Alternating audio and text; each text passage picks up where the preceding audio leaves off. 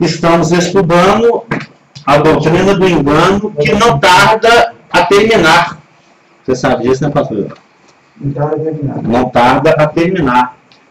A auxiliar de escola dominical Elaine, que vai até nos ajudar aqui a escolher um próximo tema, que no finalzinho do livro do Stevens, tem alguns, não sei se você tem todos esses aqui. Eu gostei muito da doutrina da doutrina. Nossa. É uma sugestão. A doutrina da doutrina. A doutrina da doutrina. É uma coisa importantíssima a questão da doutrina. É a doutrina da sã doutrina. Mas por enquanto nós estamos, é só uma sugestão. Tem todos esses que tem aqui no final? A maioria tem, o que não tem tá. A fé é verdadeira, confiança, a doutrina da doutrina, a doutrina do livre-arbítrio. A doutrina da doutrina, legal, é a palavra. Se não tiver, aí a gente pode ver assim. É a doutrina da doutrina.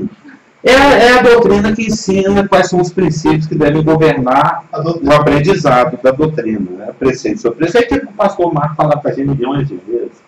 Preceito sobre preceito, ser chato igual casamento, ficar repetindo, porque a gente é burro.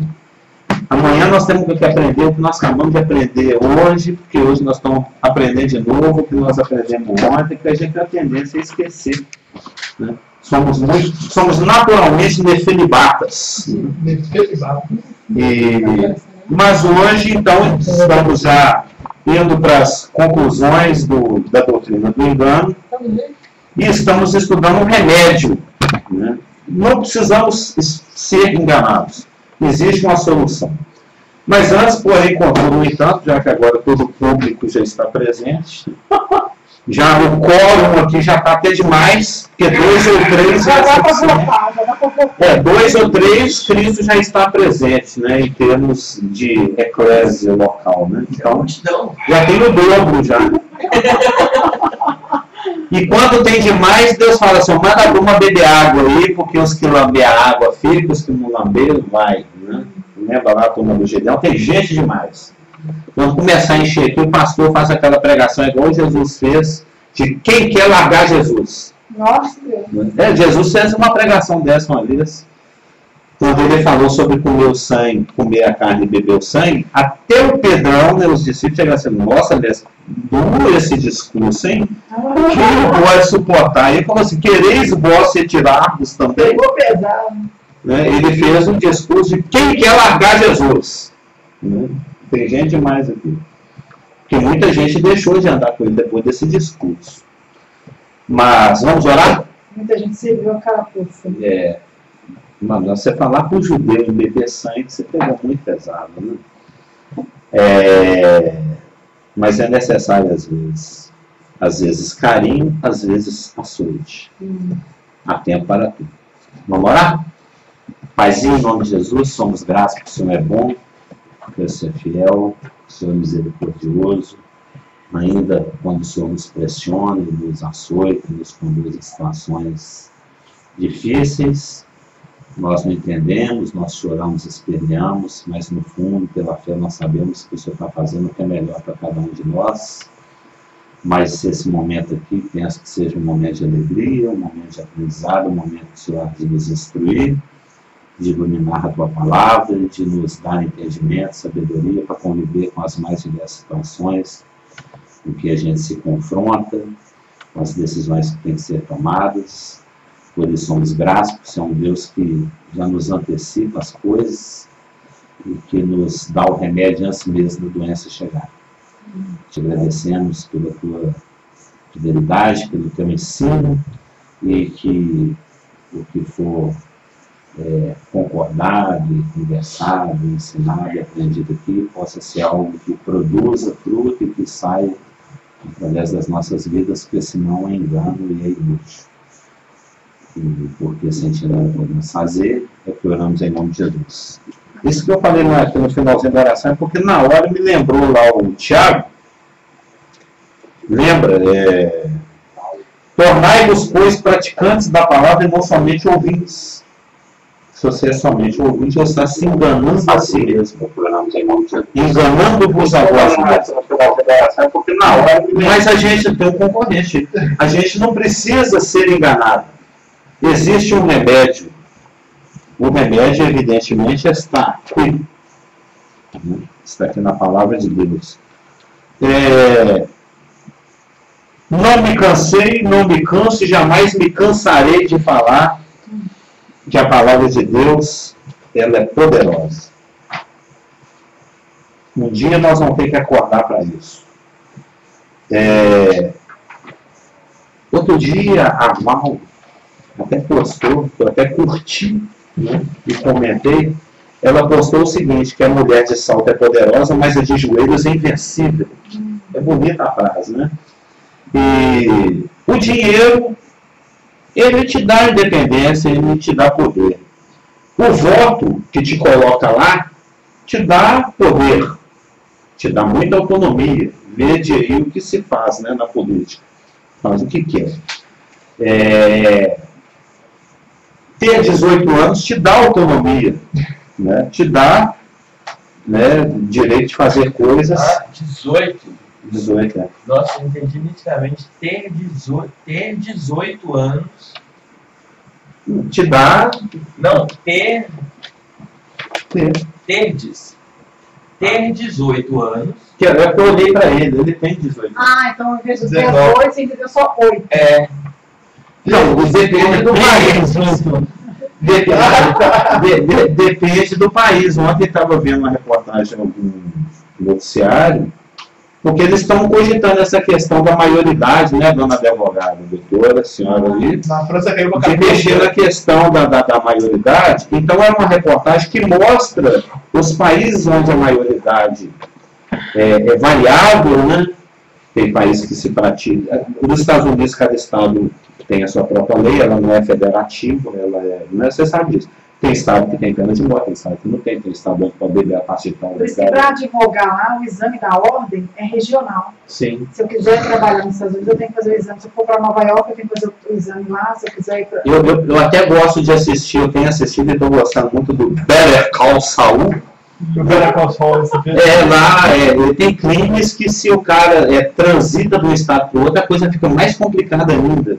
Mas dependendo do estado que ele Você tá seguindo? Eu assisti um começo. O mais recente é o mais legal dos episódios. Mas é sobre advogado. Eu sugiro que você assista. É um advogado sofrido, ele é meio ainda assim. Ele só ganha derreta. Ele só trabalha, né? Ele trabalha, ele já faz a causa barata para a viúva lá, ele faz o testamento por $140, a dona vai contar o dinheiro, ela tem $42, ela sai catando os daí ele mesmo, depois você me paga o resto. Mas a questão tem lugares aí que com 7 anos na Inglaterra, a criança já pega prisão perpétua. Entendeu? São leis duríssimas.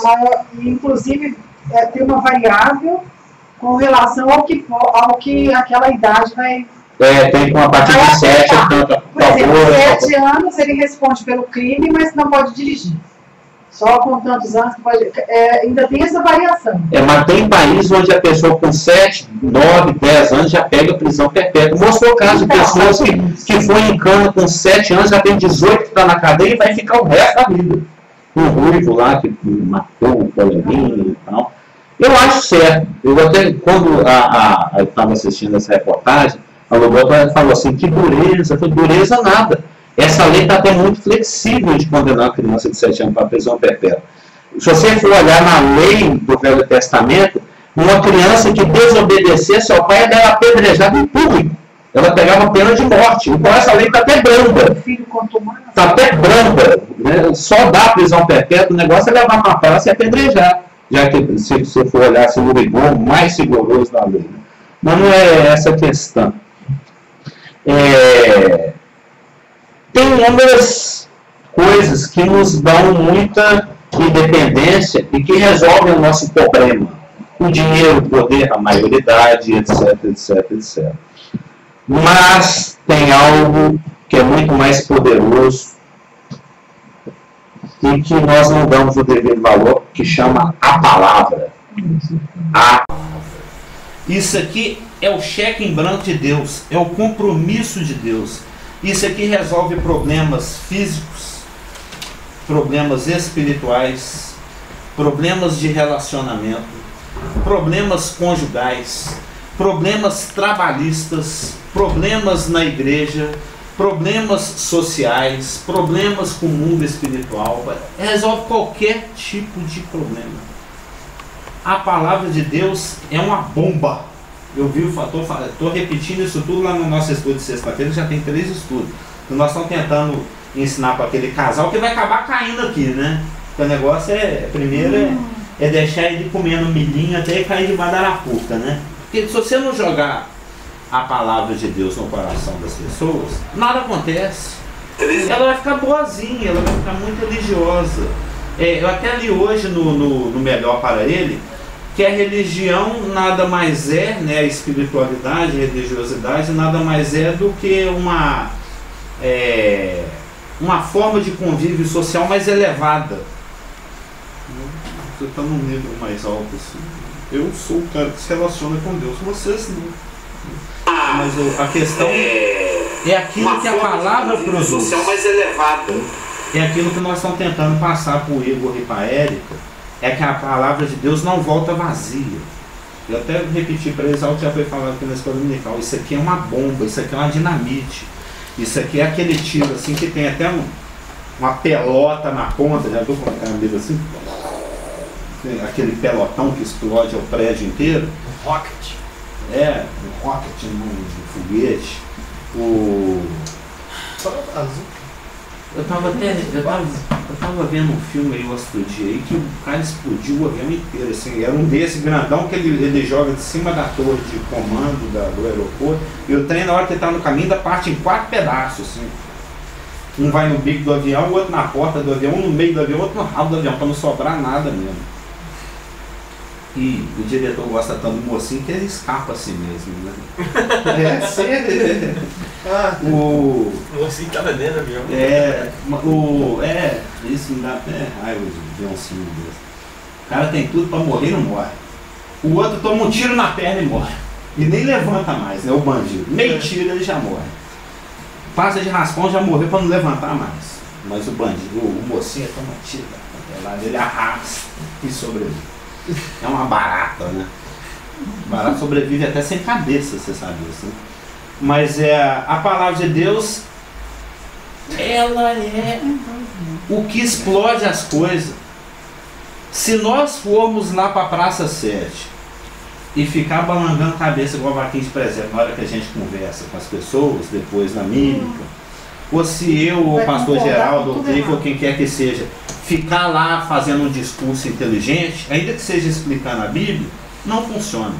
O negócio é pegar esse martelo aqui, que a Bíblia fala que é um martelo, e encher a cabeça do cara de galo.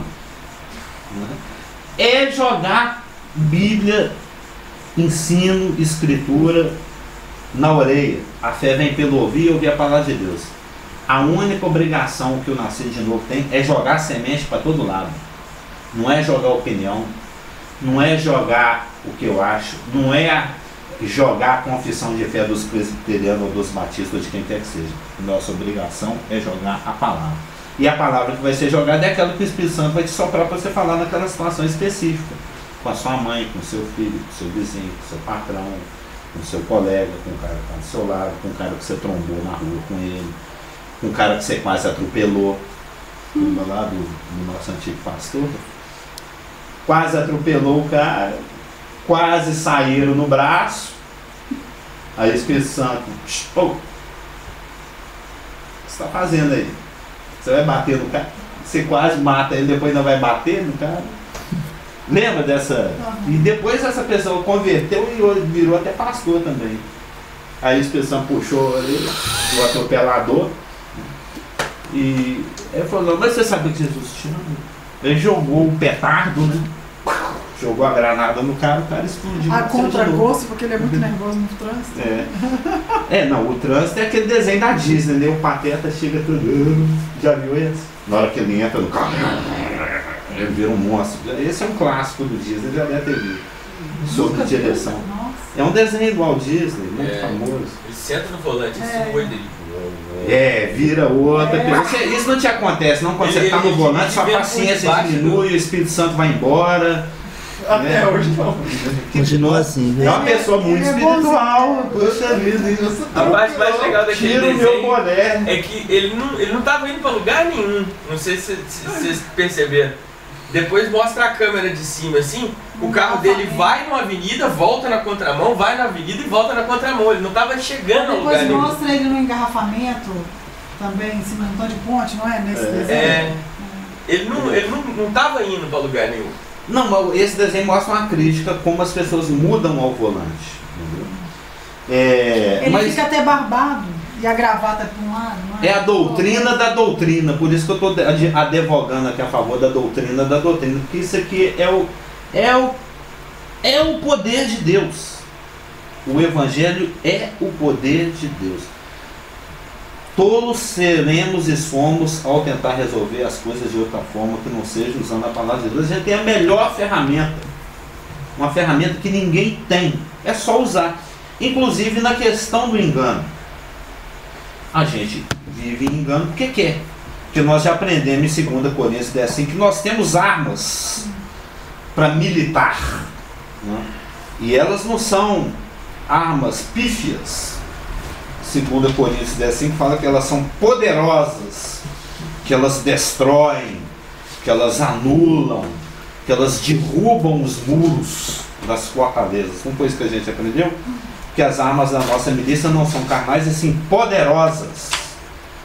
Poderosas. Posso dizer aqui que nós somos os super poderosos. Eu sou o lindinho, né? Os super poderosos em Deus. Para destruir. O pastor é quem? É o docinho? Poderosas em Deus para destruir fortalezas, para anular sofismas e para derrubar toda altivez que se levanta e para arrastar o jumento do casamento. Casamento. A gente tem falado disso, tem um mês que a gente fala sobre esse casamento. Igual a Elaine, muito espiritualmente, apropriadamente, ou não é ironicamente que eu estou falando, ela usa o versículo que foi ensinado aqui sobre o idiota se responde idiotamente ou não responde. E eu usei o feitiço quanto feiticeiro. Eu fui ensinar ela como me anular, né?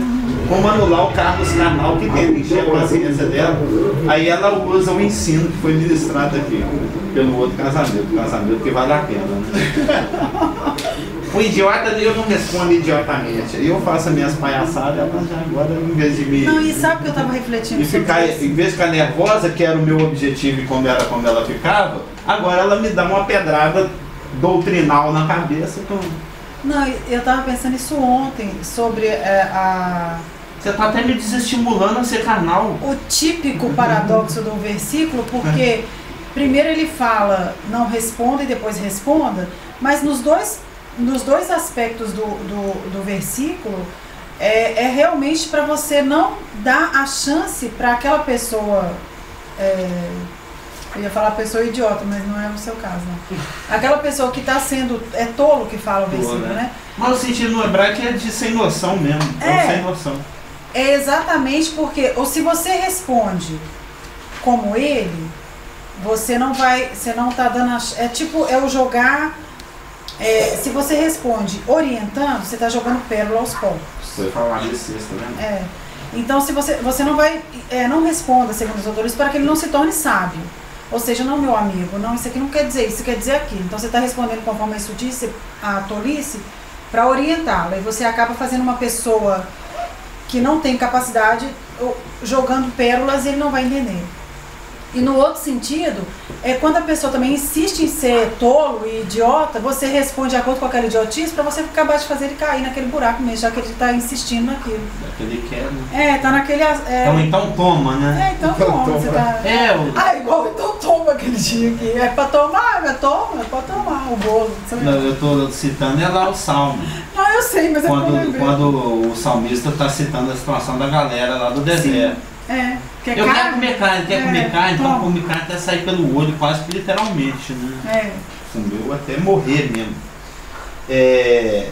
Mas existe uma solução para os nossos problemas de engano. 2 Coríntios 10:5 fala que nós temos armas poderosas, né? Nós aprendemos também em um versículo que ninguém gosta, em Filipenses 4:8, como disciplinar a mente. Alguém já decorou esse versículo? Eu tenho esse objetivo na vida, decorar Filipenses 4:8. É o meu objetivo na vida. Decorar Filipenses 4:8. Tudo que é verdadeiro, tudo que é honesto, tudo que é justo, tudo que é puro, tudo que é amável, tudo que é de boa fama, tudo que é virtuoso e tudo que é louvável, nisso pensai. Isso cerca. Alguém até falou, acho que foi o Marcelo Sansão, quando eu falei esse versículo, depois em off, aí no break, né? Como é que falava lá na antiga igreja? Depois do culto, no rap. Ele tá falando que isso aqui é igual a capa do Bate-Fino. Lembra do Bate-Fino? Bate-Fino é um morcego, um desenho da década de 60. Porque na hora que o bandido começava a dar tiros nele, ele levantava a capa assim. Ele tinha a capa de morcego dele, era de aço. Aí ele falava assim: as suas balas não me atingem, as minhas asas são como uma couraça de aço. Você não lembra disso, não? Bate-Fino? Procura aí na internet depois. Não lembra do Bate-Fino, não? Agora eu lembro. Ele tinha uma couraça de aço. Assim. Quando você...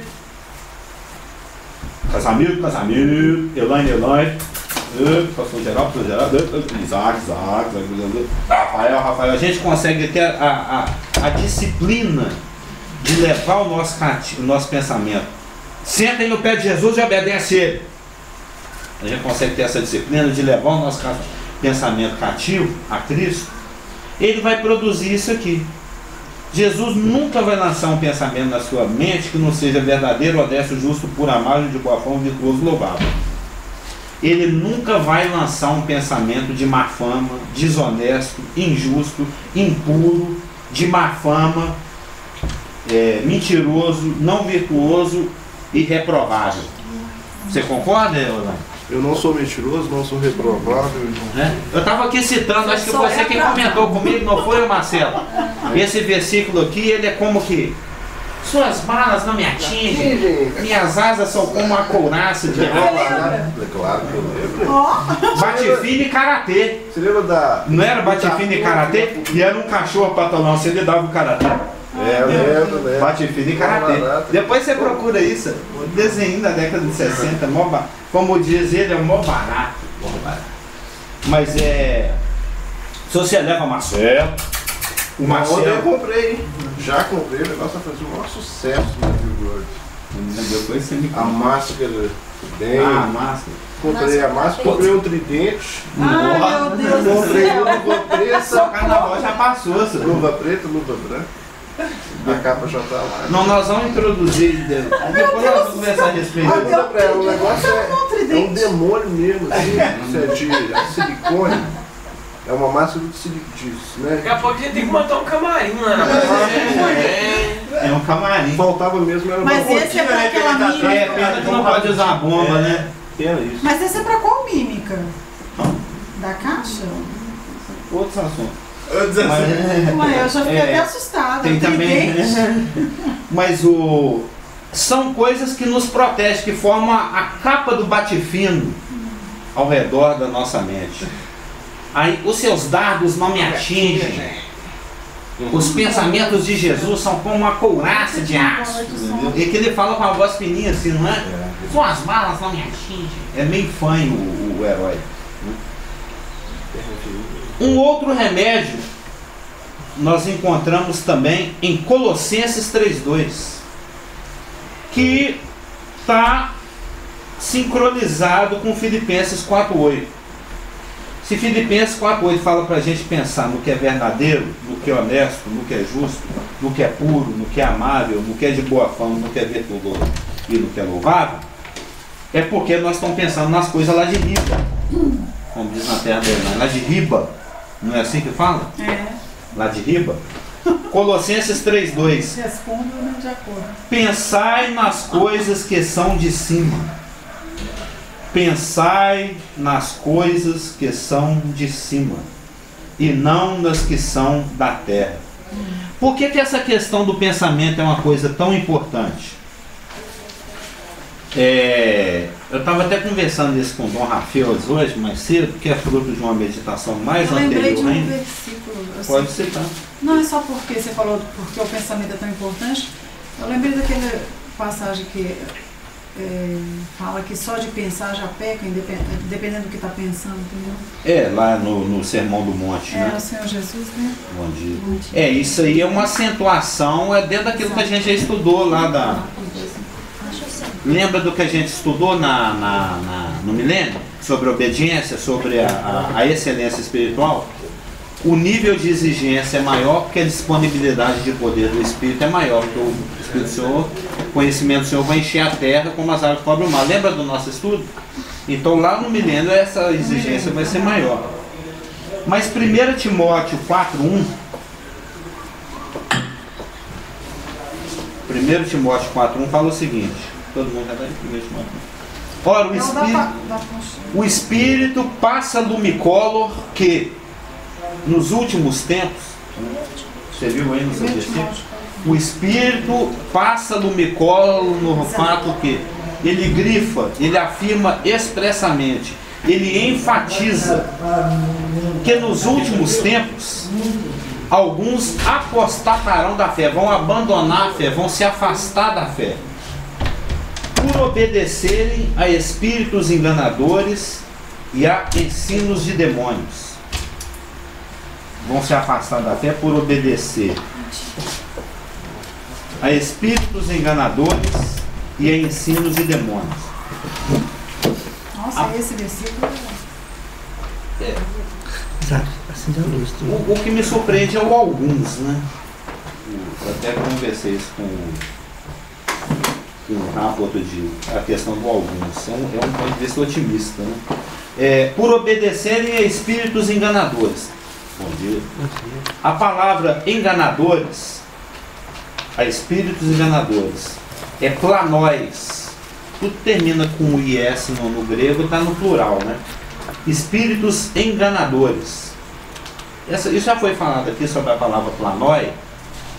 A palavra planói significa vaguear, perambular, se perder nos pensamentos, andar distraidamente. Também já foi comentado aqui, né, na escola dominical, que sempre que Deus chama alguém, ele chama alguém que está trabalhando. Deus foi chamar Moisés, Moisés estava lá cuidando dos bezerros dele. Ele foi chamar o Gideão estava lá socando trigo, alguma coisa. Foi chamar o Pedro, aquela galera lá, está lá arrastando rede. E sempre quando Satanás chama alguém, é alguém que está na esquina fazendo nada. Já notou? Vou gerar um tumulto aqui para matar alguém. Aí ele convoca os vagabundos, os que não estão fazendo nada, os que estão à toa, os que estão vagueando. Tem um versículo em Amós 6:1, Daniel, Oséias, Joel, Amós. Amós 6:1, que diz o seguinte: ai dos que andam à vontade em Sião. É muito natural. Eu até comentei isso com o Rafa. Isso não quer dizer que Deus ele não quer que nós tenhamos momentos de descanso. Ele mesmo fala na palavra dele que há tempo para tudo. Há tempo para carregar pedra, tempo para parar de carregar pedra, tempo para chorar, tempo para rir. E isso é tão importante que ele mesmo instituiu o dia do descanso, né? Ele falou: 6 dias trabalharás, ao 7º descansarás. Mas o descansar é uma coisa, tem um momento. E o Espírito que vai dizer. Tem momentos que o Espírito, que a nuvem parava, o acampamento de Israel parava. Tinha um momento que a nuvem, a Shekinah andava, e Israel, o acampamento, andava também. Quem dita esse ritmo, e cada um tem o seu, é o Espírito. Você tem que ter sua vida com Deus para saber quando é que você anda, quando é que você para, quando é que você fala, quando é que você fica calado. Isso aí não tem regra, isso é muito situacional e customizado. Mas como modus vivendi, né, como estilo de vida, sempre ser um vagabundo, sempre ser alguém à toa, sempre ter aquele colarinho de palhaço e não fazer nada, isso não é de Deus, isso é óbvio. Isso para mim está ficando cada vez mais claro. Eu já tinha uma noção, mas à medida que você aprofunda na sã doutrina, você vai vendo que é mais ainda. Porque o espírito enganador é planói, ou seja, o espírito vagabundo, o espírito perambulante, o espírito distraído, o espírito que te faz ficar de bobeira, viajando, deixando a sua mente aberta, é o tipo de atitude que o demônio quer que você fique nela. Deus sempre é um Deus de foco, Deus sempre é um Deus que quer que você esteja concentrado. Isso você vê em inúmeras passagens. O Jesus Cristo falou isso um monte de vezes: ficai apercebidos, vigiai. Corramos a carreira proposta, sim, com os olhos no autor. Sim, com os olhos fixo. Lá de Hebreus, né? Olhando atentamente para Jesus Cristo, focado. Sempre vigilante, ficai atentos, ficai apercebidos. Vocês não sabem que hora, se o ladrão não vai avisar que hora que ele ia chegar. Jesus se compara nesse sentido da inesperabilidade da visita dele, né? Ele pode te chamar a qualquer momento para algo. Aí você está lá só, viajando, né? Distraído. Ele quer que você fique distraído, porque a mente, literalmente, não é bíblico, mas é algo pertinente. Mente vazia é a oficina de Satanás.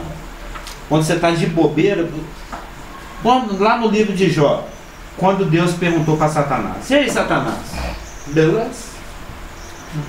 Onde é que você estava? Eu estava por aí, estava vagabundando. Não é o que ele respondeu? Vagueando. Eu estava vagueando por aí, estava andando pela terra.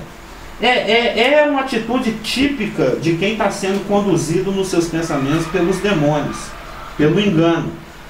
Sem foco, sem concentração. A palavra fala o contrário: sede sóbrios, sede vigilantes. Ele quer que você fique de bobeira, que ele chega e te abocanha e te devora e você não vê nem de onde veio. Você só vai perguntar se anotaram a placa. Quando você vê, você já virou aquele pastelzinho que anda achatado na estrada.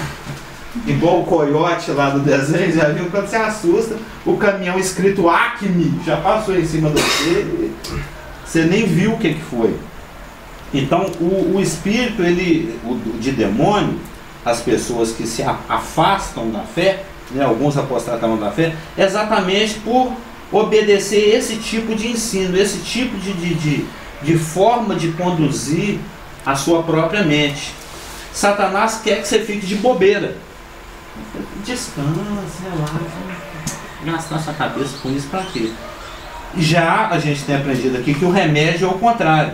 Colossenses 3:2: pensai nas coisas lá do alto, mantenha sua mente focada.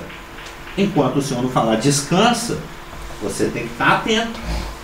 Que eu já falei isso aqui, que soldado que fica cheirando florzinha lá no meio do bombardeio, de bobeira, a granada caindo, todo mundo dando tiro para todo lado. É que nós estamos na guerra espiritual, a gente já estudou isso lá de Efésios.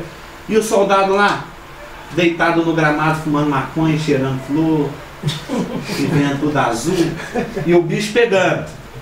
Entendeu? Não é para ficar, você tem que estar focado. Não, porque você já vê esse filme de Vietnã, lá o pessoal fumava lá, os montes lá. O governo distribuía para eles lá.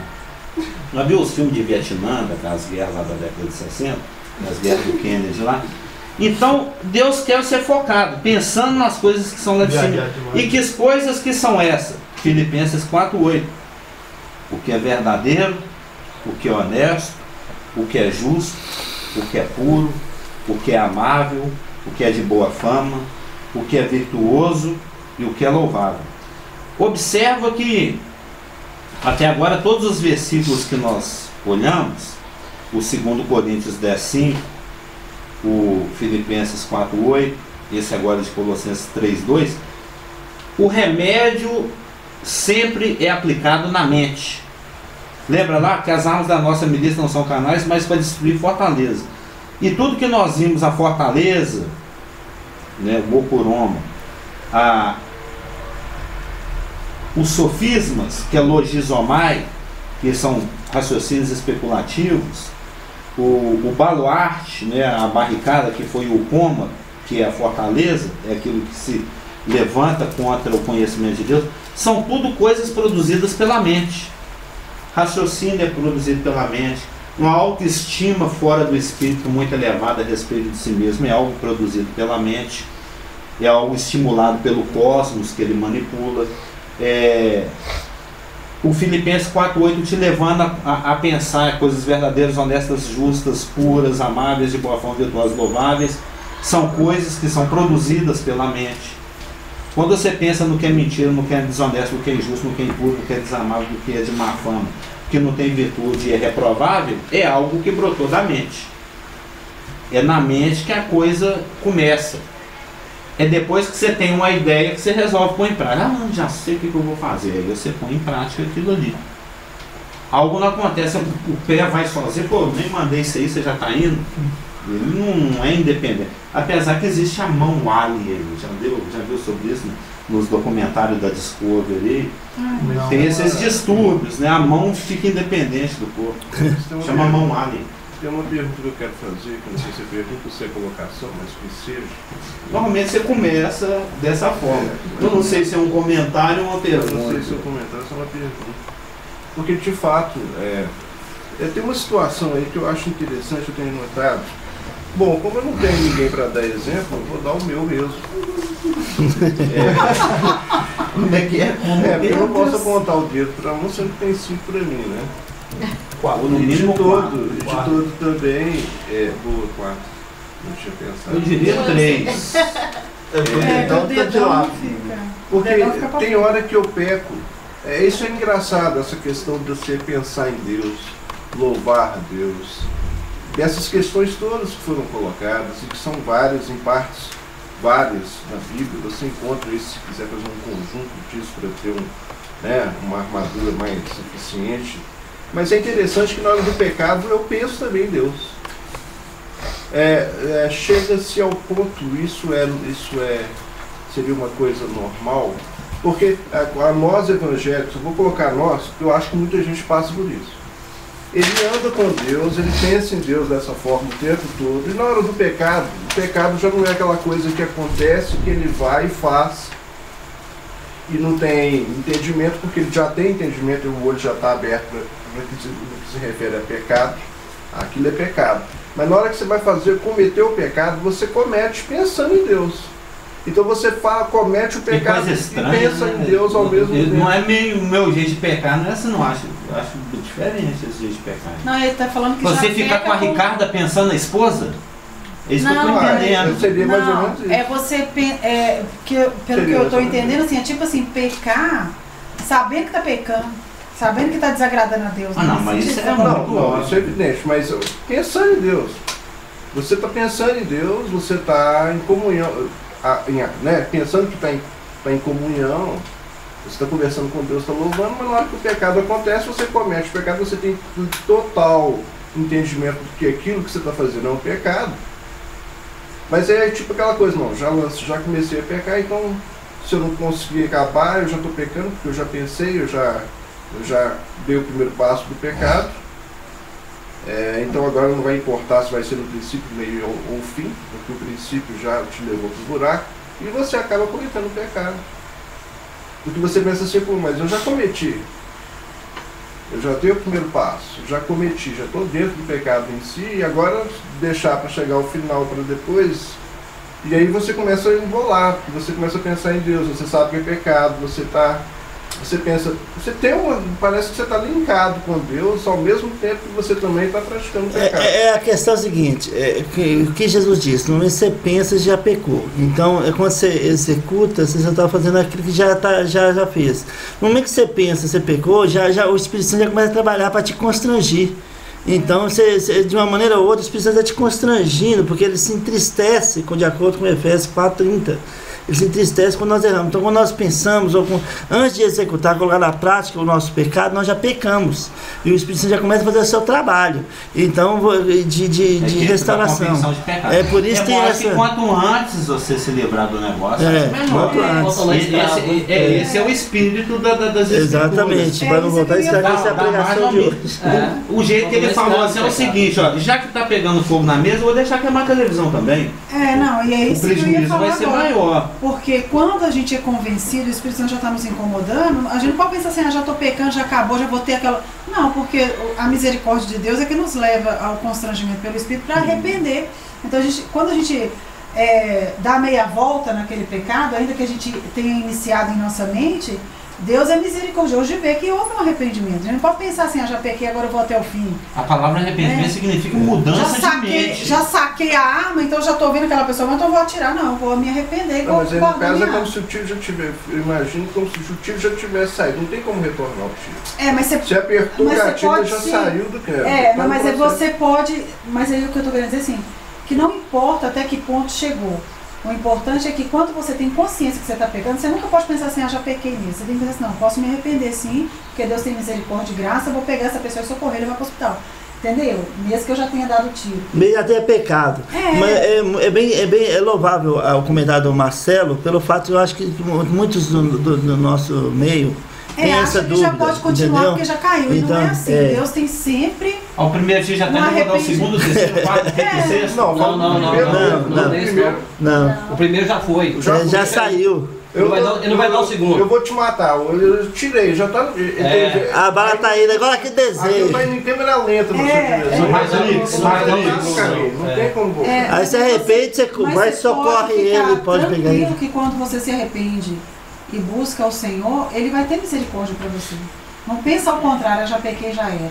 Né? Acho que essa atitude... É igual a situação que eu passei essa semana, muito constrangedora. Internou um paciente lá, fazer cirurgia, e lá não tem costume de acontecer. Mas a esposa levou, segundo o relato dele, R$500. Eu entrego a chave do armário, assino o termo de responsabilidade, oriento, olha, não deixa no armário. Mas acho que por vir investir, a mulher foi e deixou a chave no armário. E foi operar. Quando ela retornou, ela pegou a bolsa dela, estava pagando R$300. Não estava sabendo de nada. Aí ele foi, me chamou, quer conversar um assunto muito constrangedor.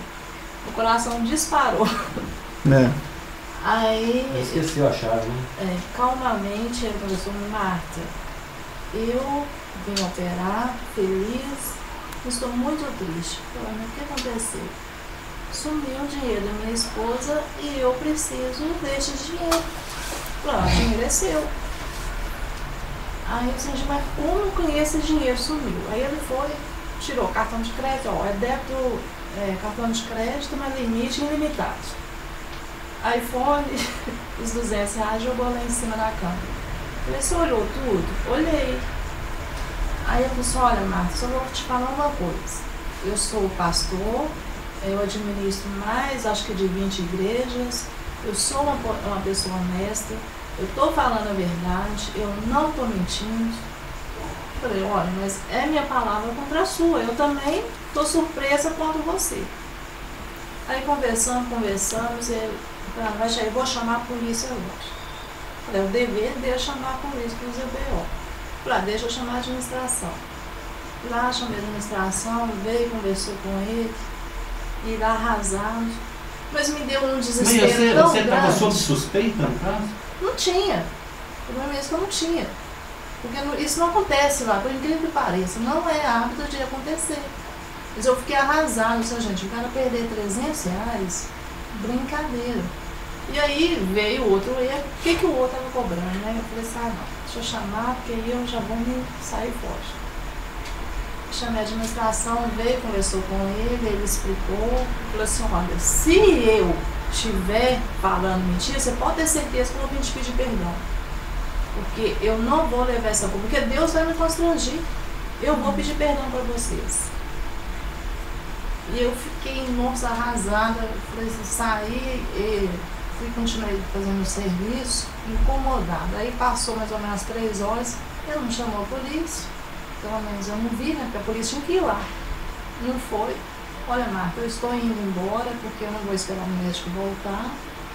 Eu tenho que pegar a criança no colégio e, portanto, não posso ficar esperando. E foi embora. Minha chefe virou para mim e falou assim, todo crente falou assim, você é evangélico? Eu falei, sou. Então eu não vou fazer o comentário que eu ia fazer, não. Aí ela olhou pra minha cara logo o meu olho encheu de lágrimas. Eu falei assim, não é possível. Aí ela falou, você tá chorando? Eu falei, não esquenta a cabeça com isso, não vou comentar com você também não. Mas eu fiquei arrasada com a situação. Eu tô assim, sem resposta. Quem tá certo? Tá errado. Entendeu? Sumiu mesmo ou não sumiu? Mas quem tem acesso no armário? Porque tem mais gente na enfermaria. Entendeu? Então, se alegar que é os funcionários... É porque você levou 300, por que não levou os 500? Exatamente, por que não levou os outros 200? Situação Aí eu falei assim, dublada, olha... Nesse caso, Marta, assim, uma orientação que eu te daria é o seguinte, eu deixaria chamar a polícia. Eu falei, o senhor não precisa chamar não, nós vamos chamar porque nós não admitimos isso na nossa unidade. E você mesmo chama. Mas eu achei melhor passar para a admiração porque tinha um outro assunto envolvido, eu falei assim, não. Não, mas isso te protege o E ela mandou chamar, né? Ela falou manda chamar e pergunta para todo mundo, tem outros funcionários. E qual foi o final? Ele voltou? Eu não tenho. Isso foi ontem, né? Foi quinta-feira. Aí depois não teve Não. É bom investigar, assim. É bom ter uma câmera ali, nós tivemos uma Porque vai câmera. acontecer de novo. Não, isso seria bom ter feito na hora, para mostrar uma credibilidade para ele também, que vocês também estão querendo saber. Eu sou pastor, eu não vou admitir esse tipo de coisa, eu vou pedir perdão. Mas aí o que ele, no final da história, ele saiu... Deixou a bomba. Mas de todo jeito se tem uma coisa, se realmente alguém da enfermaria pegou, realmente, eu acho que ele não ia mentir, não. Eu acho que é mais fácil ele ter se equivocado do que ele tá mentindo. Talvez ele ache aí ele que falou esse assim, valor abre um outro armário, porque a outra paciente, como tinha vindo cirurgia, estava muito cheia, eu sozinha. Aí ele falou assim, inclusive a outra paciente aqui tá com a chave na porta do armário. Abre lá e olha. Eu falei, não. Ela não tá Eu nunca aqui. ouvi falar de um caso de roubo parcial de carteira. Eu acho que ele equivocou de alguma coisa, ele pode ter tirado, pagado alguma coisa. ter sacado. Mas não é fácil ter se enganado que alguém roubasse só os 300. Você pegar tudo. Nessas situações de impotência, vamos dizer assim, né? Você não tem o que fazer, né? E tem outras que a gente fazer. A melhor coisa é orar. Senhor, a tua palavra está falando que não há nada oculto que não venha a ser revelado. Eu quero luz nessa situação aqui. Às vezes você dá sua resposta pra ele, você quer quebrar ele. Abre essa cortina e mostra o que aconteceu aqui, porque de uma certa forma a sua honra está envolvida aqui. Porque o outro é pastor, o seu evangélico, o nome de Cristo pode ser desonrado nessa situação. Ele perguntou? Chamei, inclusive eu falei com veio um funcionário, porque assim, ele começou a alterar. Aí eu falei assim, olha, como você é pastor, entende a situação que está ocorrendo, mas não vou admitir que você altere a voz comigo, não. Eu também sou evangélica, meu funcionário também tem outros, né? E aí o funcionário tomou minhas dores, né? Começou a alterar, eu falei, não, deixa que eu resolva a situação. Não vou ficar discutindo isso, não. Aí ele falou assim, olha, inclusive eu fiquei hospedado no Curitiba, no hotel, acho que 5 ou 6 estrelas, queimou 2 impressoras, por quê? O pessoal não identificou a tomada que era de 220. Eu acho que era meio cri-cri. Ele já é meio... Processo. Ele já é meio... Mas tem que ter identificação. Pois é. Mas ele teve responsabilidade porque ele deixou a chave lá e então. Mas tem muitas pessoas que são cri-cri, e inclusive pastor que traz sua velha natureza junto e... Anda com terno sujo, né? É triste, o velho homem. mas tem. Mas nós todos estamos sujeitos a ser cri-cri também. A melhor coisa que você fazer é põe no altar. Principal, né? Apóstolo Paulo. Põe no altar. Clama com Deus, chama ele para a situação. Igual eu já falei que muitas vezes, depois que você protocolar lá no altar, o problema passa a ser de Deus. Porque enquanto a gente tenta resolver a coisa até espiritualmente, de uma forma espiritual, ainda é você que está tentando resolver. Mas na hora que você protocola lá no altar de Deus, aí passa a ser problema dele. Se Deus resolve isso, põe luz nesse negócio aqui, mostra o que está acontecendo. Aí vai acontecer. Amém. Mas só uma opinião. E tira a angústia do coração. Só no caso do Marcelo, não é da Marta não, no caso do Marcelo. eu estava conversando no evangelismo sexta-feira com a Márcia. Aliás, nem conversei, assim, ela estava conversando com aquele irmãozinho. O Roberto. Aí e... Nos semeadores? Aí eu peguei um gancho lá, aí eu peguei e citei um versículo. Eu falei assim, a respeito de pecado. Aí eu peguei e falei assim, João 1 João 9, se confessarmos nossos pecados, ele é fiel e justo para nos perdoar. Aí a Márcia me deu uma resposta assim maravilhosa também. Ela falou assim, mesmo, o amor de Deus é tão grande, mesmo se nós não confessarmos, ele nos perdoa. Eu falei assim, uau, que amor, é mesmo. Ele nos perdoa, mas quando tem uma coisa na horizontal entre outro irmão, a pessoa tem de ser com certeza, Não, mas com a palavra de certeza. Deus fala que tem que restaurar a comunhão, sim. Mas não é questão Porque de não tem um comunhão. versículo que fala que ele perdoa sem confessar. Só tem um que fala que se confessar ele perdoa. Mas o amor dele é tão grande que pode dar a obra consumada que nós já estamos perdoados em Cristo Jesus. Perdoado É isso que eu queria na falar. obra consumada, né? Eu falei isso porque o processo, o pecado, ele traz uma consequência que vai além da imaginação. Sem dúvida. Porque o pecado, quando você está numa situação de pecado e está vendo, o tiro já saiu, você está vendo a bala em câmera lenta, ele tem um objetivo final, ele vai atingir o objetivo final e esse objetivo final vai influenciar outras coisas. E aí que é o X da questão, porque você confessa o pecado, mas fica aquela, poxa, aquilo vai ter resultado, a gente sabe disso, mas E a lei da aquilo semeadura e da colheita. não vai só com a pessoa que está, vai dar um resultado no ambiente todo. Quem estiver perto, ou quem vê a situação, vai ser influenciado. E aí o pecado parece que vai só alastrando. E parece que ele não tem o fim. Quer dizer, você confessa o seu pecado, né, como você está falando, então você para e confessa, mas a sequência continua. O tiro está indo, o pecado está espalhando. Consequência. E essa situação que eu estou colocando, não me parece também, a pergunta que eu estou fazendo, eu acho que é uma pergunta mais complexa. É evidente que a gente tem uma limitação. Não, estou entendendo. Todo mundo passando por isso. Mas é isso que eu estou querendo colocar.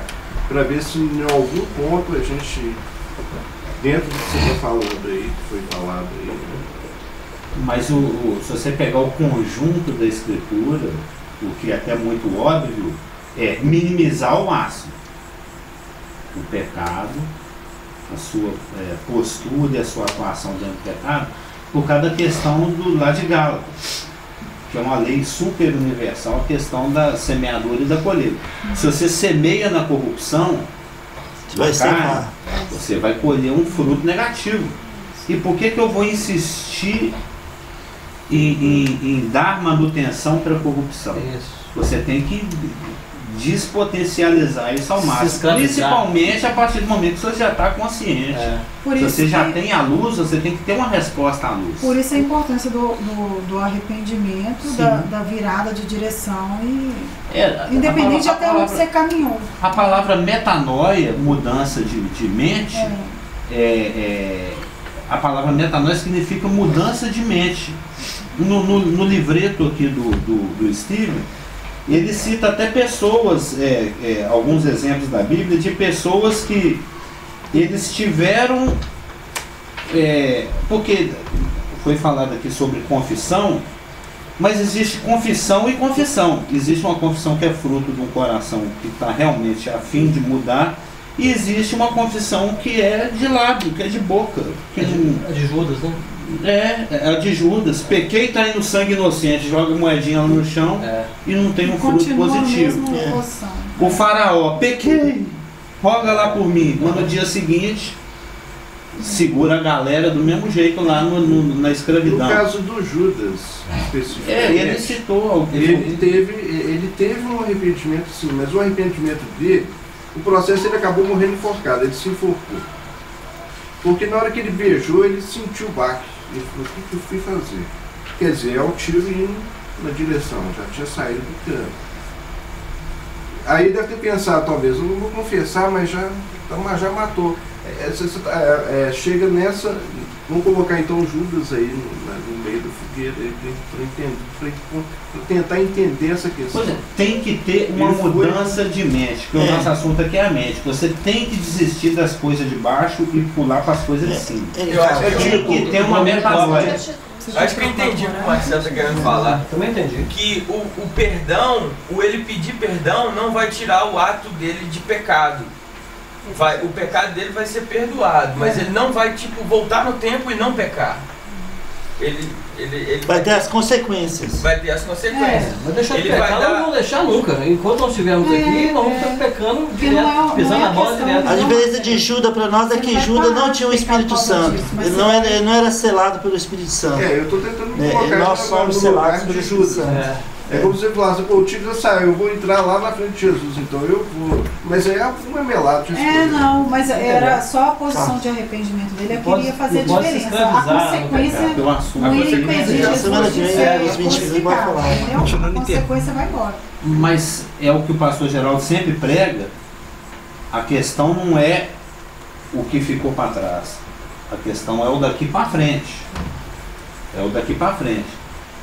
Deixa então que Deus cuide das consequências do meu pecado, se Ele me der misericórdia para isso.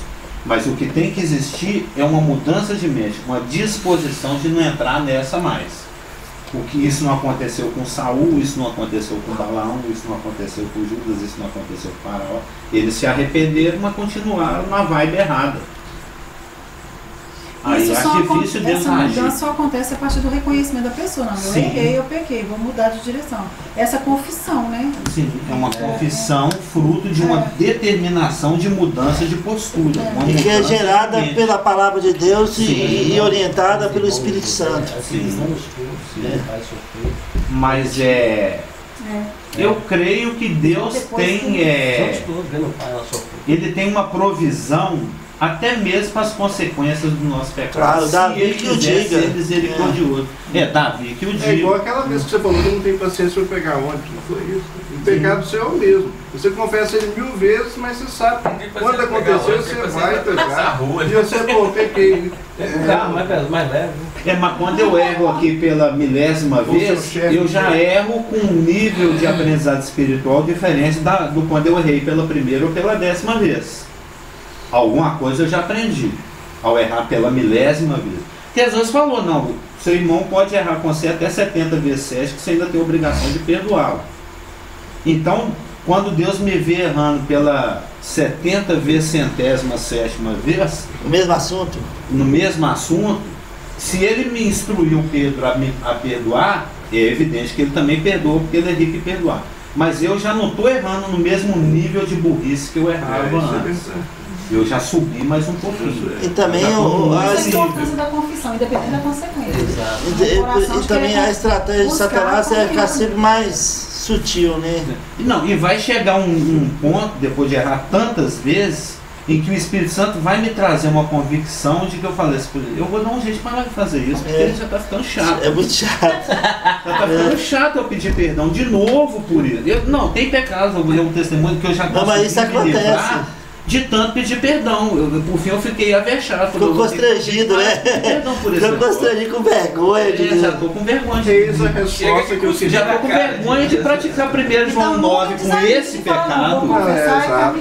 Porque serve como estímulo. Ficou chato já. Você vai amadurecendo, Por isso é importante. Mas esse é um assunto para martiologia. Boa resposta. Mas é verdade, é fato. Vamos orar? Pastor Geraldo, pode lá. Pai, em nome de Jesus, muito obrigado por esse tempo, obrigado por sua presença aqui conosco. Obrigado, Pai, porque mesmo estando aqui ainda em casa, nós podemos congregar e podemos pensar com o Senhor por meio da sua palavra, e o Espírito Santo tem a liberdade, nosso meio de nos orientar, nos edificar, nos instruir, e nós te agradecemos por isso, te agradecemos pelos irmãos que estão nos assistindo pela internet, os que estão viajando, que o Senhor esteja cuidando de cada um nessa semana de feriado, Pai. Toda honra e glória seja dada a Ti. Traz uma unção agora no louvor, no dízimo, na ceia, na mensagem.